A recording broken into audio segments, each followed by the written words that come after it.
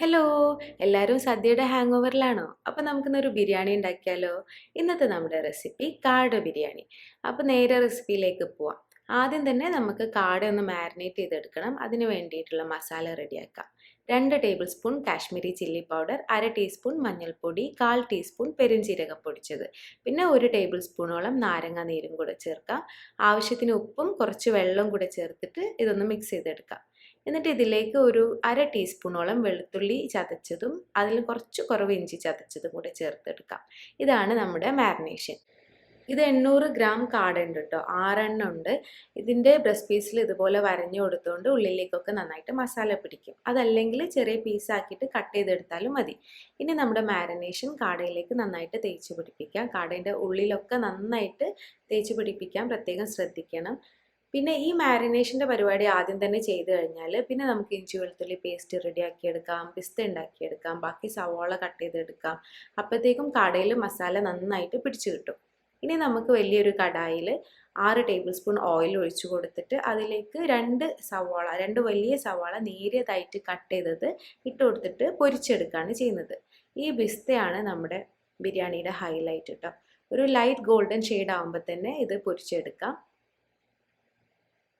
ഇതേ എണ്ണ തന്നെയാണ് നമ്മളിനി ബിരിയാണി മൊത്തത്തിൽ ഉണ്ടാക്കാൻ യൂസ് ചെയ്യുന്നത്. ഇതിലേക്ക് നേരത്തെ മാരിനേറ്റ് ചെയ്ത് വെച്ചിട്ടുള്ള കാട ഓരോന്നായിട്ട് ഇട്ട് കൊടുക്കാം.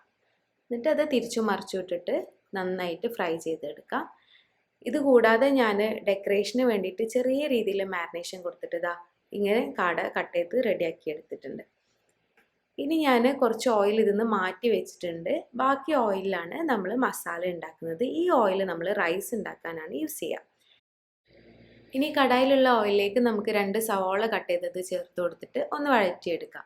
ഇതിൻ്റെ കൂട്ടത്തിൽ തന്നെ ഇഞ്ചി വെളുത്തുള്ളി പച്ചമുളക് എല്ലാം കൂടെ ക്രഷ് ചെയ്ത് വെച്ചതും കൂടെ ചേർക്കാം. ഒരു വലിയ കുടം വെളുത്തുള്ളി, മീഡിയം സൈസിലുള്ള ഒരു ഇഞ്ചി, പിന്നെ 6 പച്ചമുളക്, ഇതെല്ലാം കൂടെ ഞാൻ ഒരുമിച്ച് ക്രഷ് ചെയ്തെടുത്തതാണ്. പച്ചമുളകിൻ്റെ അളവ് ഓരോരുത്തരുടെയും എരിവിനനുസരിച്ചിട്ട് മാറ്റാം കേട്ടോ. ഇനി ഇതിലേക്ക് 2 തക്കാളിയും കൂടെ ചേർത്ത് ഒന്ന് വഴറ്റിയെടുക്കാം. അതിനുശേഷം ഇതിലേക്ക് നമ്മൾ നേരത്തെ റെഡിയാക്കി വെച്ച പിസ്ത ഉണ്ടല്ലോ, അതിലൊരു 1/4 ഭാഗവും ഇതുപോലെ ഒന്ന് പൊടിച്ചിട്ട് ചേർത്ത് കൊടുക്കാം. ഈ ഒരു പിസ്ത മസാല ഉണ്ടാക്കുമ്പോൾ തന്നെ ചേർത്താലും മസാലയ്ക്ക് നല്ല ടേസ്റ്റ് ആയിരിക്കും കേട്ടോ. ഇനി ഇതിലേക്ക് 1 ടേബിൾ സ്പൂൺ ഗരം മസാലയും കൂടെ ചേർത്ത് കൊടുത്തിട്ട് നന്നായിട്ടൊന്ന് മിക്സ് ചെയ്തെടുക്കാം. ഇനി ഈ തക്കാളിയൊക്കെ ഒന്ന് സോഫ്റ്റായി വരുന്നത് വരെ ഇതൊന്ന് അടച്ച് വെച്ച് കുക്ക് ചെയ്തെടുക്കാം. അതിനുശേഷം ഇതിലേക്ക് ഒരു നാരങ്ങ പിഴിഞ്ഞ് ചേർത്ത് കൊടുക്കാം. ഒരു മുഴുവൻ നാരങ്ങ ഞാനിതിൽ യൂസ് ചെയ്യുന്നുണ്ട്. പിന്നെ ഇതിലേക്ക് ഒരു കൈപ്പിടി നിറയെ മല്ലിയിലയും കൂടെ ചേർത്ത് കൊടുക്കാം.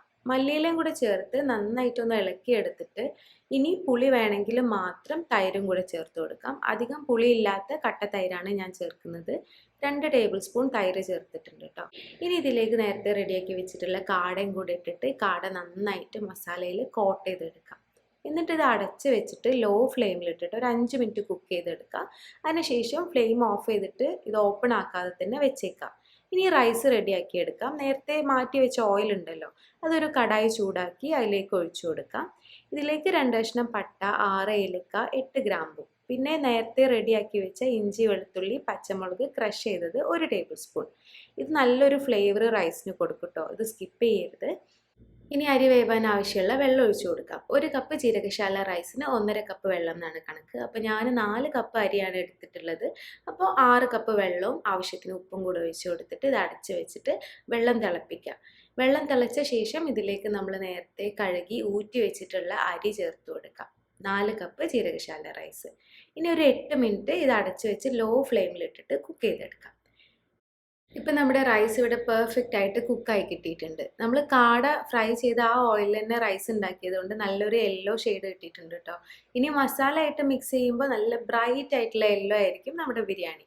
ദം ചെയ്യാനായിട്ട് നേരത്തെ മസാല ഉണ്ടാക്കിയ പാത്രത്തിൽ നമ്മൾ ഉണ്ടാക്കിയ റൈസിൻ്റെ പകുതി റൈസ് ആദ്യം ഇട്ട് കൊടുക്കുക. എന്നിട്ട് അതിൻ്റെ മുകളിലായിട്ട് പിസ്ത ഇട്ട് കൊടുക്കുക. പിന്നെ കുറച്ച് മല്ലിയിലയും കുറച്ച് ഗരം മസാല, ഇതുപോലെ ഒരു നുള്ളു ഗരം മസാല ഒന്ന് തൂക്കി കൊടുക്കുക. എന്നിട്ട് ബാക്കിയുള്ള റൈസ് ഇതിൻ്റെ മുകളിലിട്ടിട്ട് ഒന്ന് ലെവൽ ചെയ്തെടുക്കാം. ഇനി ഇതിൻ്റെ മുകളിൽ പിസ്ത ഇട്ട് കൊടുക്കുക. അതിനുശേഷം ചെറിയ ചെറിയ കുഴികൾ എടുത്തിട്ട് അതിൽ ഇതുപോലെ നെയ്യ് ഇട്ട് കൊടുക്കുക. ഇപ്പോഴാണ് നമ്മൾ ഈ ഒരു ബിരിയാണിയിൽ നെയ്യ് യൂസ് ചെയ്യുന്നത് കേട്ടോ. അതുകൊണ്ട് തന്നെ നെയ്യിൻ്റെ നല്ലൊരു സ്മെല്ല് നമുക്ക് ബിരിയാണിയിൽ ഉണ്ടാവും. ഇനി ഇതൊട്ടും എയർ പുറത്ത് പോവാത്ത രീതിയിൽ അടച്ച് വെച്ചിട്ട് ദം ചെയ്തെടുക്കാം. ഈ ഒരു ഹോള് ഒരു ഫോയിൽ പേപ്പർ വെച്ചിട്ട് ഇതുപോലെ ഒന്ന് കവർ ചെയ്ത് കൊടുക്കുന്നുണ്ട് കേട്ടോ. ഇനി ലോ ഫ്ലെയിമിലിട്ടിട്ട് ഒരു 15 മിനിറ്റ് ദം ചെയ്തെടുക്കാം. അതിനുശേഷം ബിരിയാണി നമുക്ക് സെർവ് ചെയ്യാം. ഒന്നുകിൽ മസാല വേറെ റൈസ് വേറെ അങ്ങനെ സെർവ് ചെയ്യാം, അതല്ലെങ്കിൽ രണ്ടും കൂടെ മിക്സ് ആക്കിയിട്ട് സെർവ് ചെയ്യാം.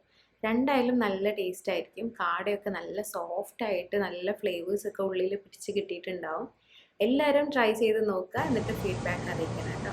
അപ്പോൾ അടുത്ത എപ്പിസോഡിൽ കാണാം. ബൈ.